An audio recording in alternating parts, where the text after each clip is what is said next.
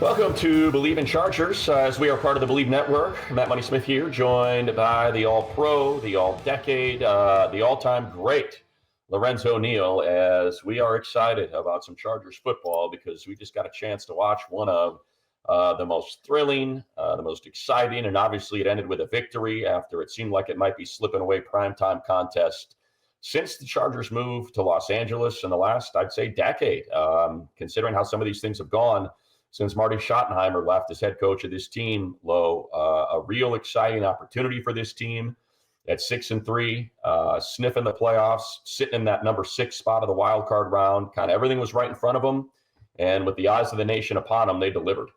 Oh, that they did. Man, I'm going to tell you, this reminded me of, I think it was 2000, was it 6 or 5? You helped me with that. We traveled to Cincinnati. Same story, different side, different outcome, right? You remember that game where we're down 28 or 21 nothing at halftime, and I think we reel off to end up winning that game. I was watching that game on the edge of my seat, like, oh my goodness, is this deja vu? But Cincinnati this time going to win that game. That was one of the awesome best game I've seen thus far this year. That was an exciting game. Yeah, it was a great crowd at SoFi Stadium, probably the best crowd we've seen for a Charger game at SoFi. I would say it was an 80-20, 90-10 maybe split Charger to Bengals fans, and the Bengals travel well. We know that. It's Joe Burrow. He's a superstar. They've been to a Super Bowl, and yet it was a Charger takeover. I'm excited to see what it looks like on Monday night with the Baltimore team that also has a healthy national fan base. It was just here last year, as a matter of fact, but for the crowd, kudos to you. The players talked about it. Coaches talked about it. Back-to-back games, Tennessee. This is a 3-game home stand, and it's just been great. The Tennessee game was great for Charger fans. This game was exceptional. And like you said, Lo, we've seen it before. And look, the NFL, unless you're the Lions, who I heard the stat today, I think it's the first time that a team has had, I think they now have, I don't know what it is, 4 games that they've won by 30 or more points. It has not happened since the year the forward pass was installed. Wow. So unless you're the Detroit Lions, these games are going to be in the balance. The Chiefs are 6-1 in one-score games. Thank you, Buffalo, now that they have the one and open that door a little bit for the AFC West. But the Chargers were able to withstand it. That's a really good Bengals offense. It's one of, if not the best offense in the league. And they were able to take some punches, absorb them, and then ultimately deliver when the game dictated someone had to take this thing and get out of there with a win. And it was Justin Herbert and the offense that did it. Yeah, Money, not adding Justin Herbert to this conversation. If you think about the 3 deadly quarterbacks, you say, God, I don't want them with the ball.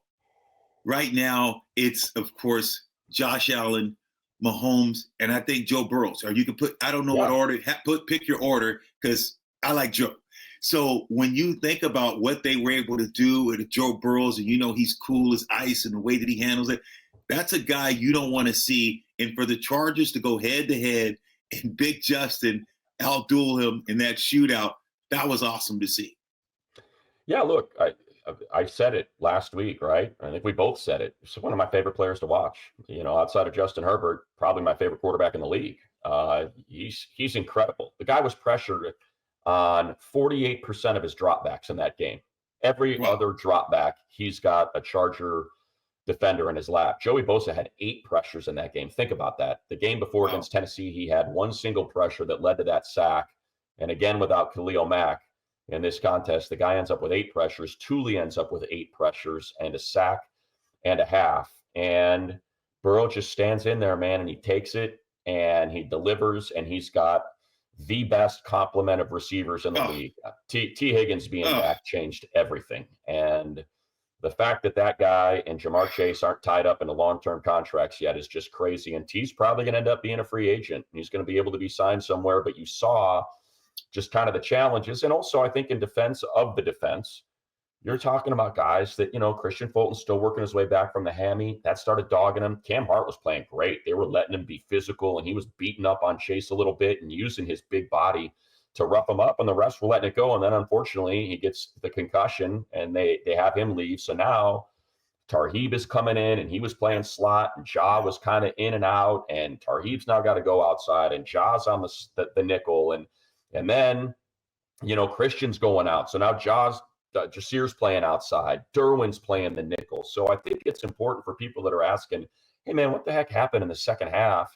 Well, you're talking about starting the game with Cam Hart, Christian Fulton on the outside, Jasir Taylor playing nickel, and then they were picking on him a little bit. So Jesse Minter goes to Tarheeb in the nickel, and things were going well, and they settled down. And then all of a sudden, these injuries, and before you know it, you've got a guy who was benched at the nickel for Heeb playing outside with Tarheeb at the outside, and Derwin James is playing nickel. Yeah, that's how things can get away from you when Ja'Marr Chase, T. Higgins, and Joe Burrow are out there. So it's not an easy game, people. This is not easy to do when Joe Burrow, Ja'Marr Chase, and T. Higgins are in town. It's going to be hard to pitch a shutout for 4 quarters. Of course, that was a nightmare. Watching those guys, like you said, T. Higgins and Ja'Marr Chase, and what they bring to the table is unbelievable. Especially you got a guy that can get them the ball.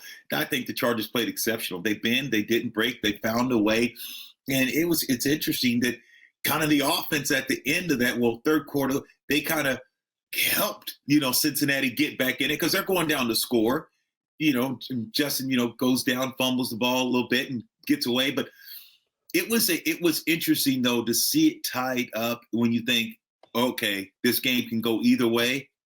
You found a way to win.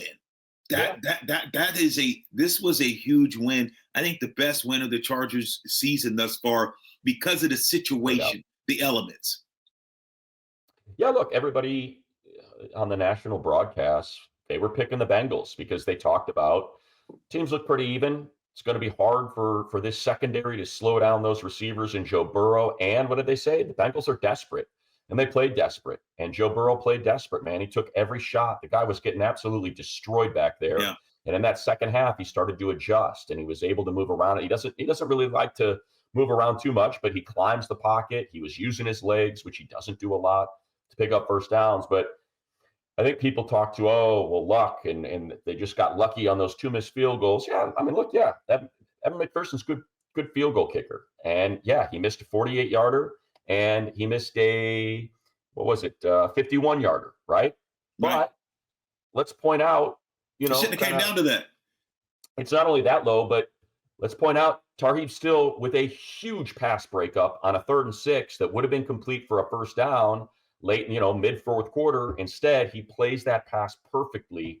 The rookie 5th rounder to Ja'Marr Chase breaks it up, and that's what leads to the 48-yard field goal.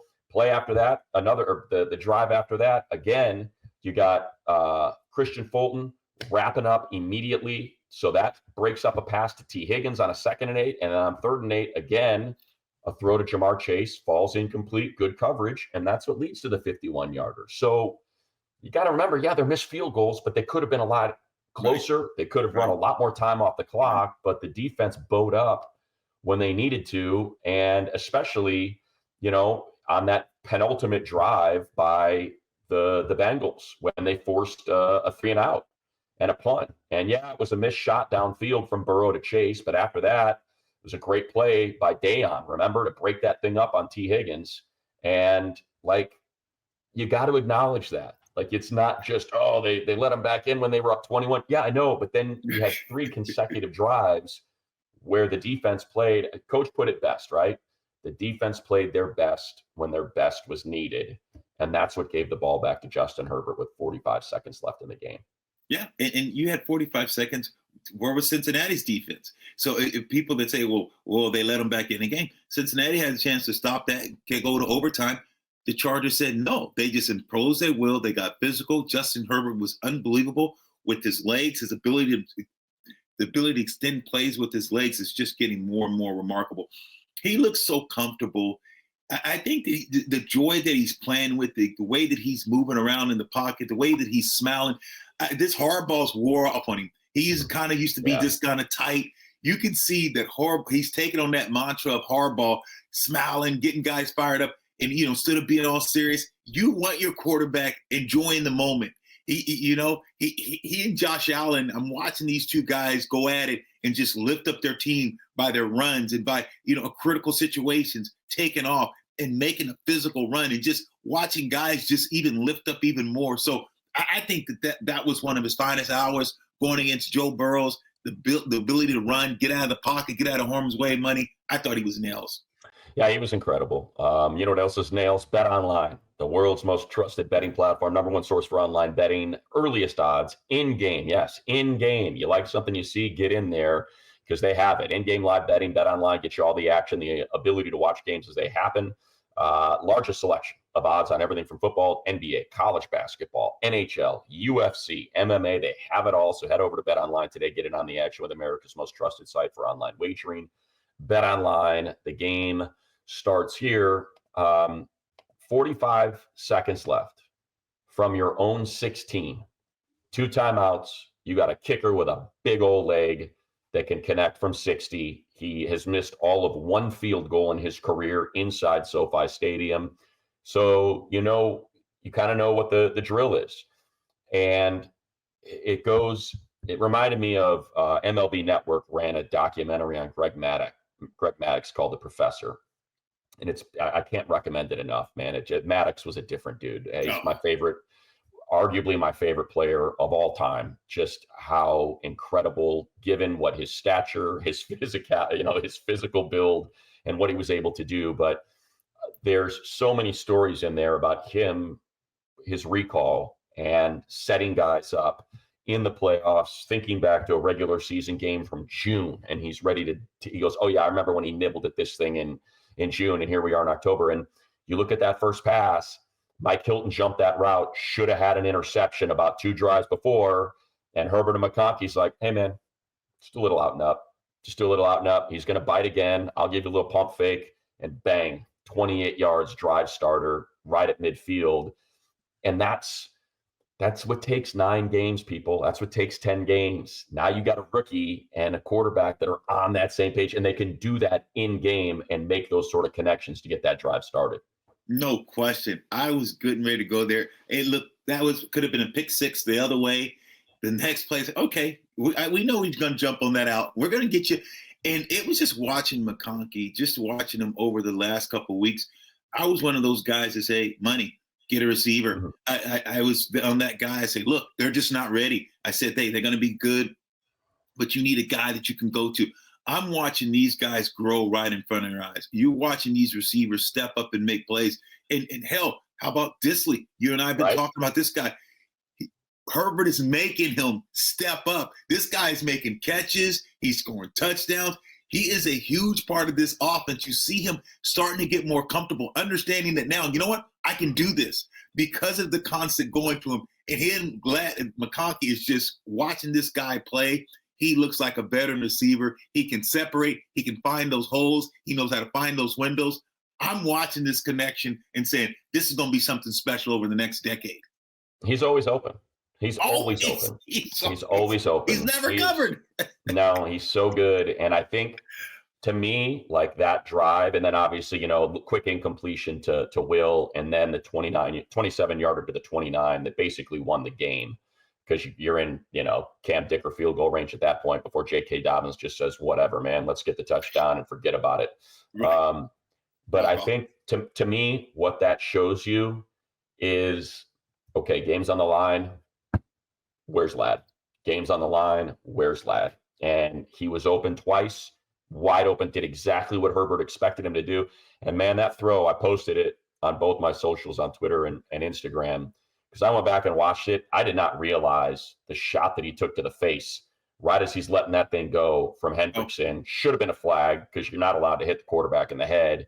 And he's right in his lap, so he can't get his legs into it, man. That throw, that 27-yard throw on a rope, really in stride, he's got Hendrickson coming down and just smacking him right in the face as he's letting that thing go. And he saw it. He saw it coming.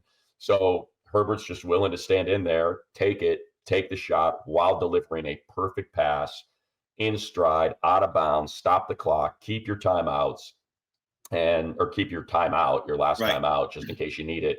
And that's why you could that's why you can run the ball, because you hit him in stride and he's able to go out of bounds, and you don't have to use your last time out. And maybe you end up having to settle for a 45-yard field goal attempt. And, who knows? Weird things happen.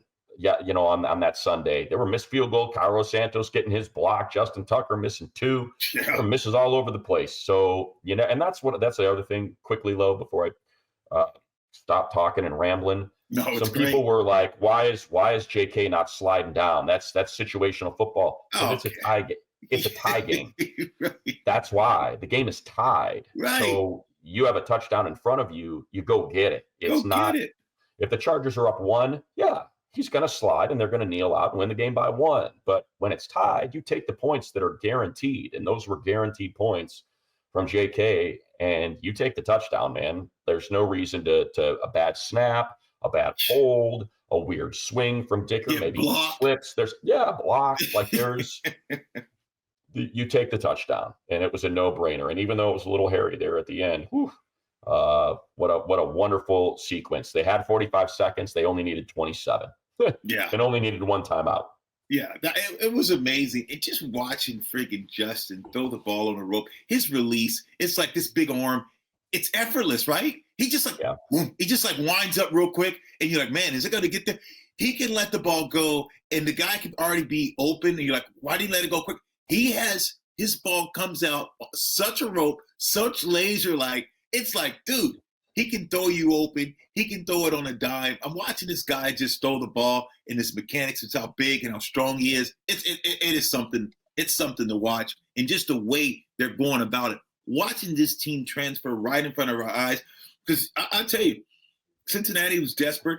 I had some doubts. In that game, momentum swung the other way. You looked at Cincinnati, saw their swagger in their eyes, but Chargers looked focused, and it just looked like, okay, this game might go the other way. Cincinnati's looked like they're going to, and the Chargers found a way to win that game, and you watched them. It was no doubt in their mind. When you saw Herbert, when he missed the field goal, 45 seconds left, and you saw, okay, boom, they have the ball on the 16, you just saw him walk out on the field with that confidence, like, okay, these guys, after the first completion, you're like, okay, they're getting this done.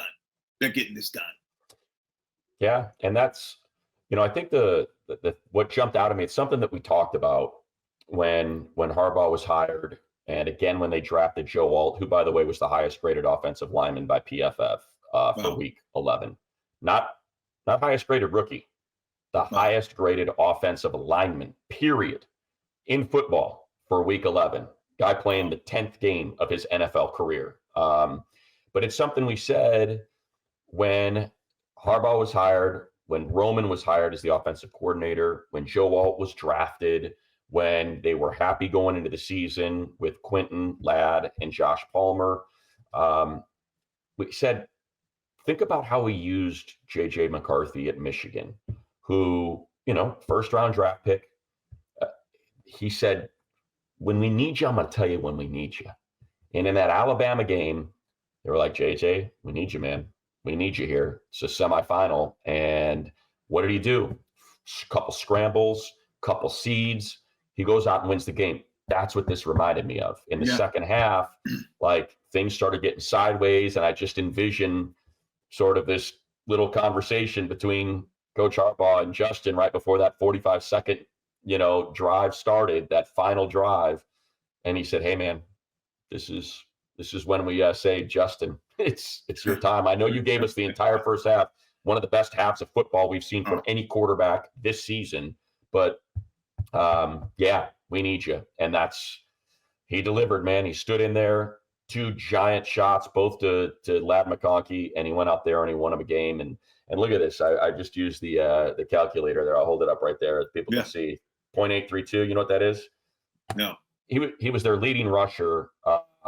He accounted for 362 of their 435 yards. That's 83.2% of the Chargers' yards came thanks to Justin Herbert, either throwing it or running it. Like, that's 8.3 out of every 10 yards were Justin Herbert in this game. That's a superstar. That's someone you can hitch your wet. That's a truck, not a trailer.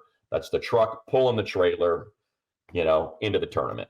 Yeah, and up a hill. I mean, watching this guy and just like getting stronger and stronger.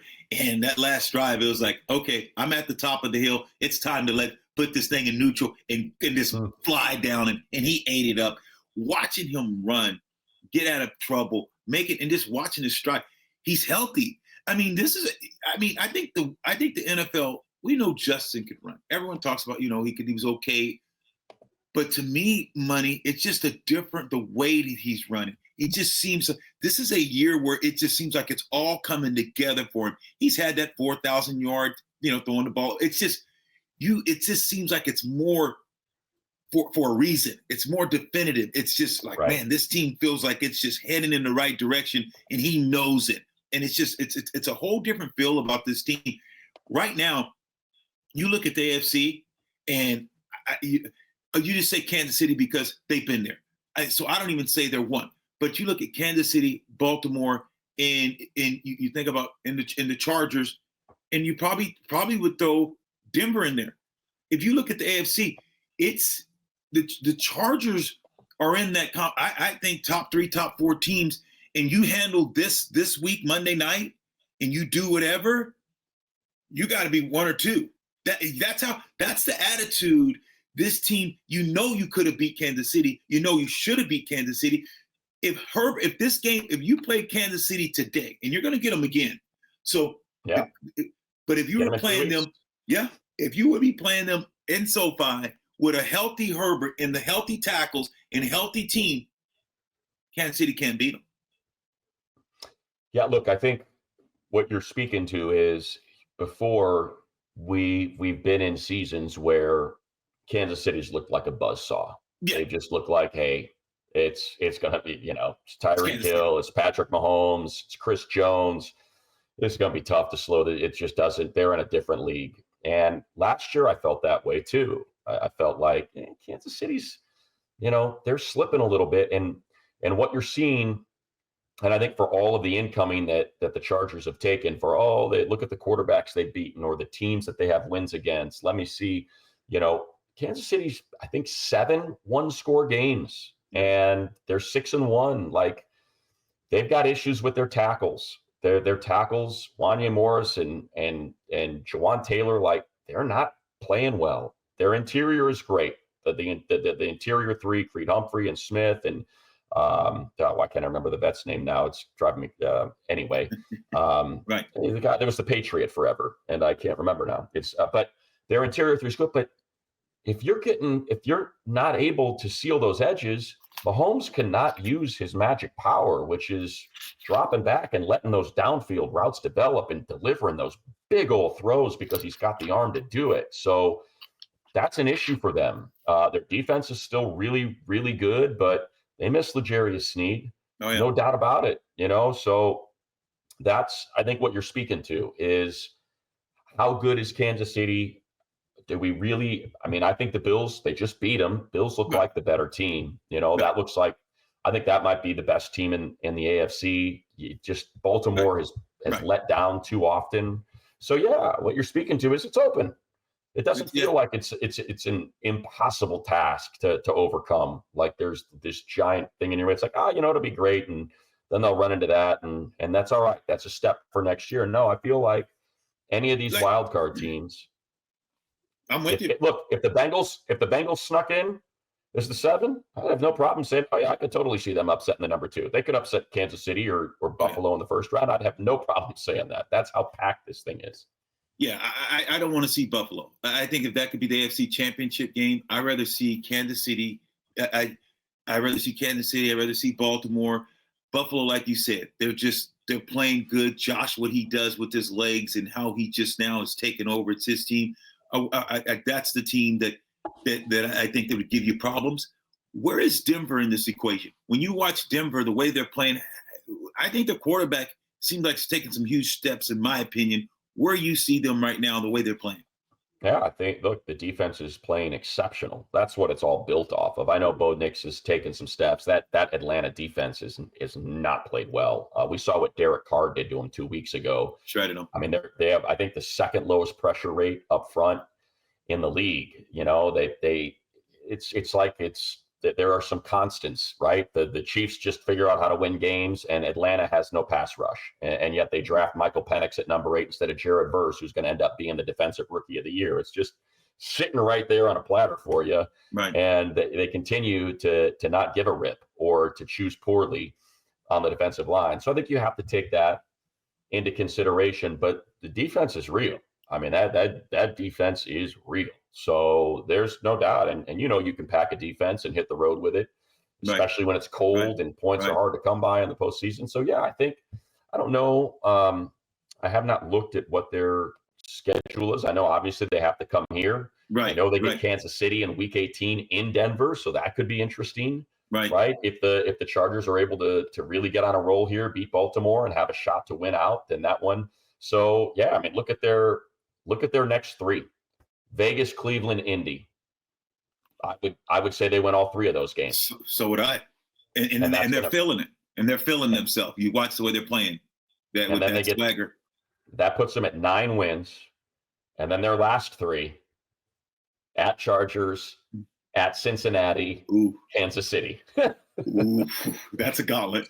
So, that's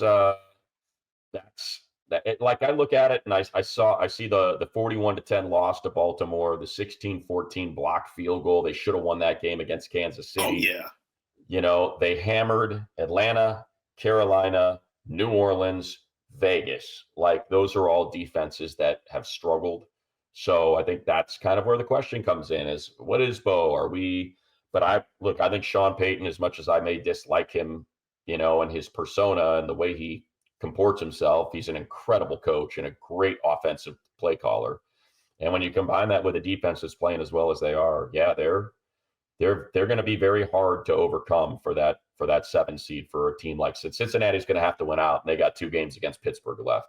If you were looking at that and you said, okay, right now you have the Bills as 1, or you said Bills and maybe Kansas City, I don't know who you use your 2. Where do you put the Steelers in that equation?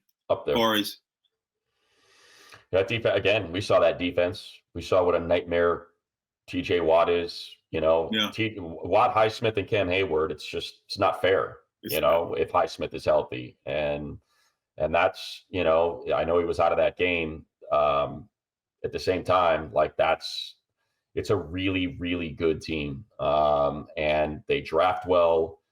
Darn well that Patrick Queen left Baltimore. You saw him get his revenge game this last week. They know what they're doing in free agency. Peyton Wilson's been solid, even with his little T-Rex arms as a rookie. I like that T-Rex arms. I mean, that was like one of the knocks, right? The guy has like no knees left, and the negative wingspan is crazy on that guy. It's like the biggest disparity between height and wingspan. It's Kevin Willis-esque. What that guy's got going on, but he's just a player, man. And it's like one of those things where you just ignore it and you get after him. By the way, like we saw it in the game in Pittsburgh too, Nick Herbig and what he's doing. Mike Tomlin's such a good coach, man. He's just so freaking good. They don't make mistakes. They don't play. They try to play mistake-free football. You saw the Charger game. That game when the Chargers and the Steelers got after it, it was neck and neck until a couple breakdowns. Mistake here, sack here, and guys, of course, got injured. That was a game that I said, oh, wow, they're right there, but just on the cusp. Because the Steelers just lay on you. They stay there. They stay consistent, and they wait for you to gamble. They wait for you to make a mistake, and they capitalize on you trying to do something out of the ordinary. That's their optimistic type of team. So I do like what Tomlin's doing there. I've always like what he's doing there.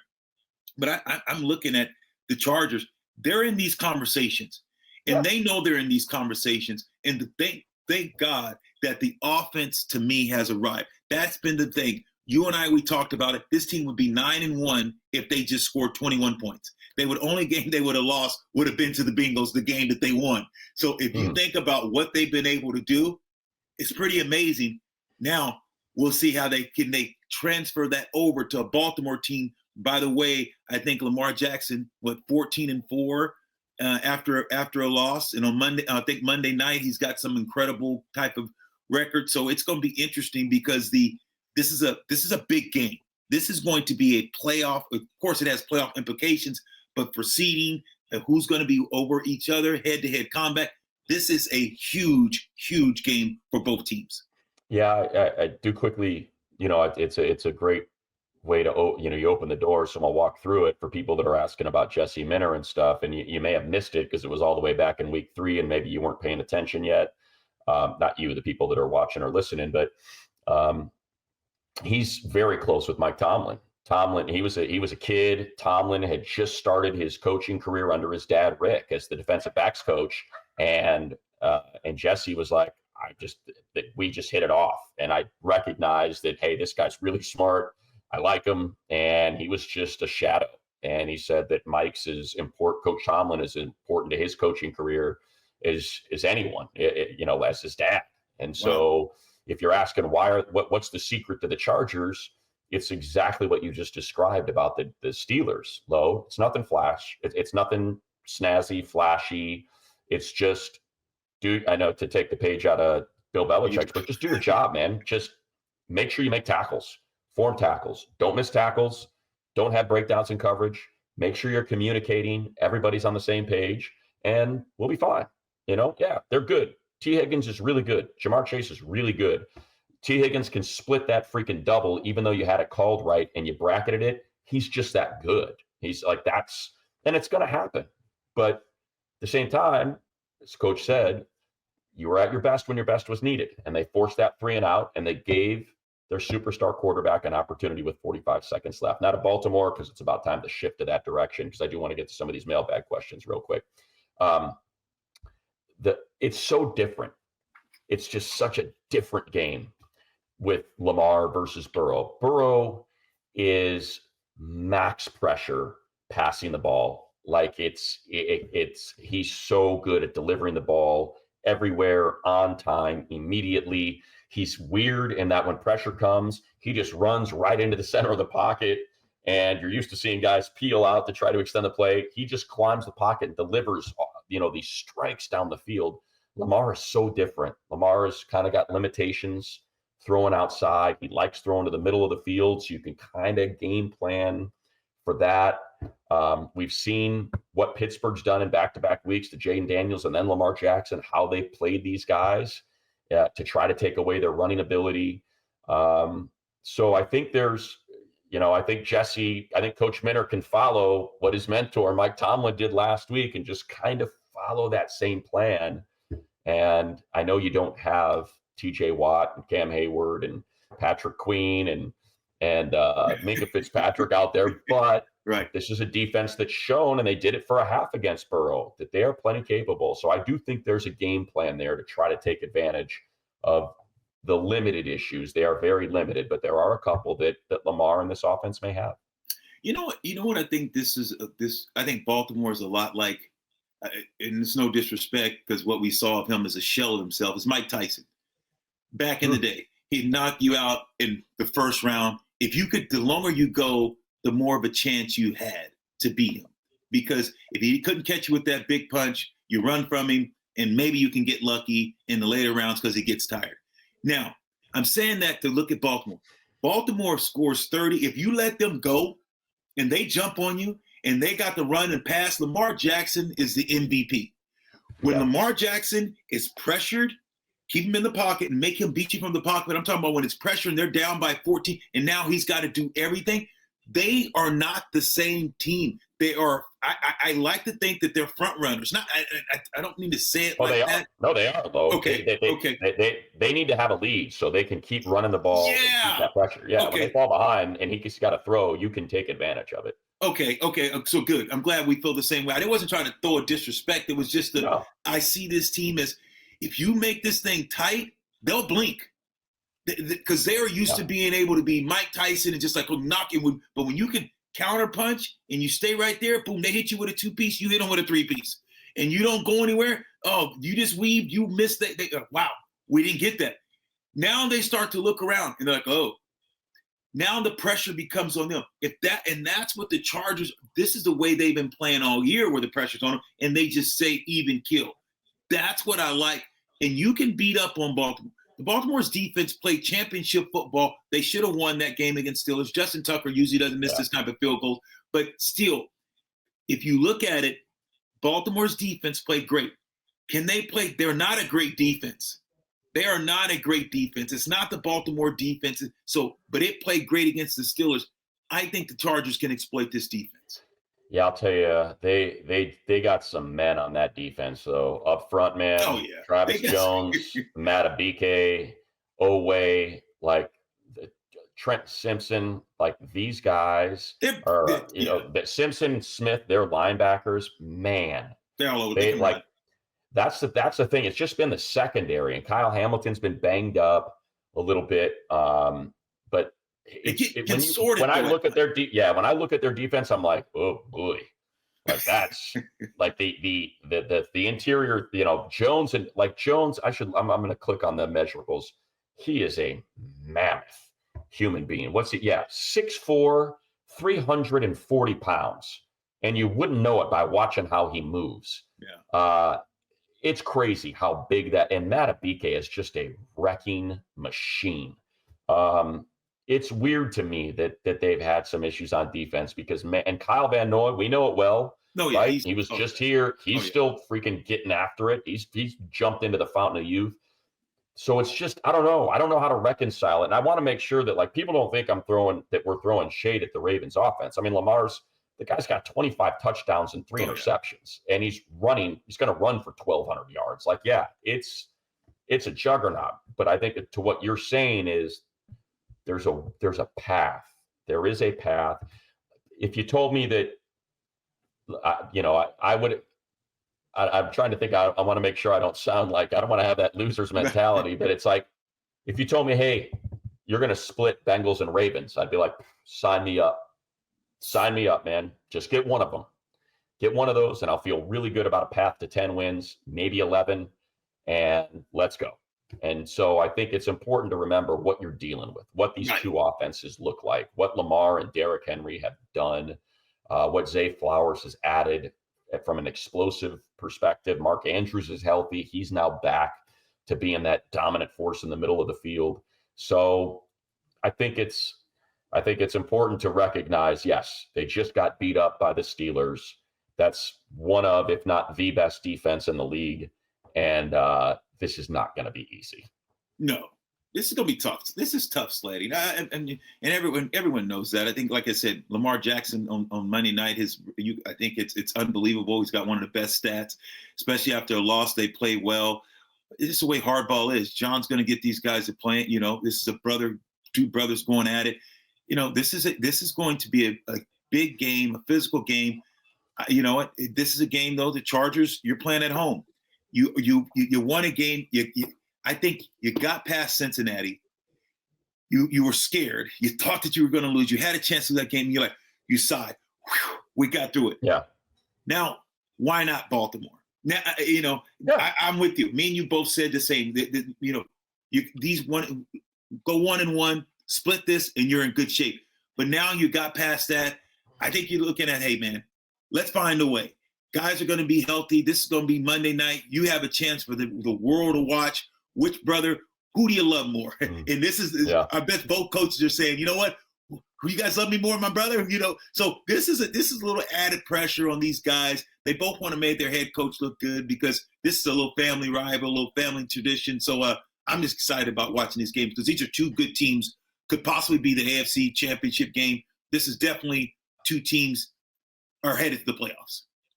Yeah, I mean it's two very good teams, and the Chargers are playing great football. And anytime you have Justin Herbert, that's the difference. You just when you have a quarterback, when you're the Chiefs and everyone's talking about how bad you look, and you look up and they're like, well, we're 9-1. We got Patrick Mahomes, man. We just got to make sure it's a one-score game and he can have the ball in his hands and whatever. We're going to win the game. Josh Allen, hey, it's 4th down. We're going to spread it out. So we spread all their guys out, and Superman, put on your cape, go get it. Justin Herbert, hey, it's a tie game. There's only 45 seconds left and you're starting at your own 16. All right, no worries. I'll go win us a game. Like that's same with Lamar Jackson, no worries. I'm just going to go run for 80 yards and no one's going to be able to catch me. So like, that's what we're looking at. It's Monday night. It kicks off Thanksgiving week. It's going to be fantastic. See if Jim can get the first win over his brother. Of course, lost in the Super Bowl and lost. I think it was his second season in San Francisco, a regular season game. In Baltimore, yeah, they know each other well. We saw this team last year at SoFi Stadium. Prior to prior to that Bengals game this past Sunday, there was the Chiefs game 2 years ago when it felt like that was for the division. That was like a Thursday nighter. That was a huge game. But prior to that, the biggest game I felt like I had called since being the play-by-play guy was that 2018 Saturday night, like late December. It's like a week 15, Baltimore Chargers. Chargers win that game, and they basically lock up the 1 seed for the playoffs. And Baltimore came in and got them 22-10 or something like that. And it was crazy. It was like a lights out kind of thing. And anyway, it's going to be fun. It's going to be fun. All right, Lo, let's get to some mail. Let's knock this out real quick and wrap this thing up. We've gone on a while. What happened to the defense in the second half against the Bengals? Looked like a completely different team in a bad way. I mean, we talked about that. Hey, look, we're playing against the Joe Burrows and two of the best receivers in the league. You're going to give up some plays and injuries. We talked about the injury bug that got the Chargers in that second half as well. Yeah, the Bills set the tone in a, quote, better version of a Chargers kind of team. Do you think we have a shot versus the big boys? Crazy we're in year one. I think you kind of already spoke to that, Lo. Yeah. Of course they have a chance. I mean, you look at the way they're playing, they can compete with anybody, Buffalo included. Yeah, DJ made a really good point. He talked about how this feels. He said, just look at Detroit. He's like, doesn't it feel like it? Feels like, hey, I got to strip away some culture stuff. I got to build these guys up with Dan Campbell, my culture, my toughness. Let's change the mentality in Detroit instead of woe is us. We've never been to a Super Bowl. Right. We haven't won a playoff game. Why did we trade Matthew Stafford? And look what he's built, a freaking juggernaut. And it does feel that way. Build it on the lines. Well, the skill positions, we can add those later. Let's get those lines right. And you see that offensive line in Detroit, how it sets a tone and how it establishes physicality and dominance. And that's how that team is just running roughshod over the NFC right now. And I thought it was a really good point about we're in year one, Campbell's in year 4, I think. Right. And look at where they're at. And that feels like that's where this is going. I'll tell you right now, I beginning of the season, they asked me who's in the Super Bowl. I said Detroit, and I thought Kansas City. That's before the season started. Now I'm going to still say Detroit, but the AFC is wide open. Wide open. Wide open, man. Mike says, I was at the game this Sunday. Wild, lost my voice. Don't regret it. D gave up 3 touchdowns because they were tired. Offense, a lot of fast 3 and outs. Do you think coach gets his offense together and says, quote, guys, we need to focus on putting together longer drives? Well, I will say this. I did find it interesting that they did not run the ball more up. When they got that field goal and they were up 27-6, the very next drive was a 3 and out, and it was just pass. And it was after Cincinnati had scored a touchdown. And it did seem a little odd. And I don't know if, you can't argue with the rhythm that Roman and Herbert were in that first half, man. Everything was working. And so I understand. Hey, whatever, man, it's working. Let's keep it going. But I know what Mike's getting at. Let's give the guys a breather, man. It was just an 11-play touchdown drive on a 4th down, little deflating, like, damn, they got a touchdown on 4th down. Could have stopped them there and really put our foot on their throat. And then they're out after like a 17-second drive. So I get what you're saying, but at the same time, Herbert was cooking, and I understand, want to let the chef keep cooking. Yeah, I thought I totally understand. You got a guy, Herbert, on fire. You let him throw the ball, especially he's throwing around the park. He's running well. He's doing everything well. But you run the ball for a couple reasons. You run the ball to slow the clock down.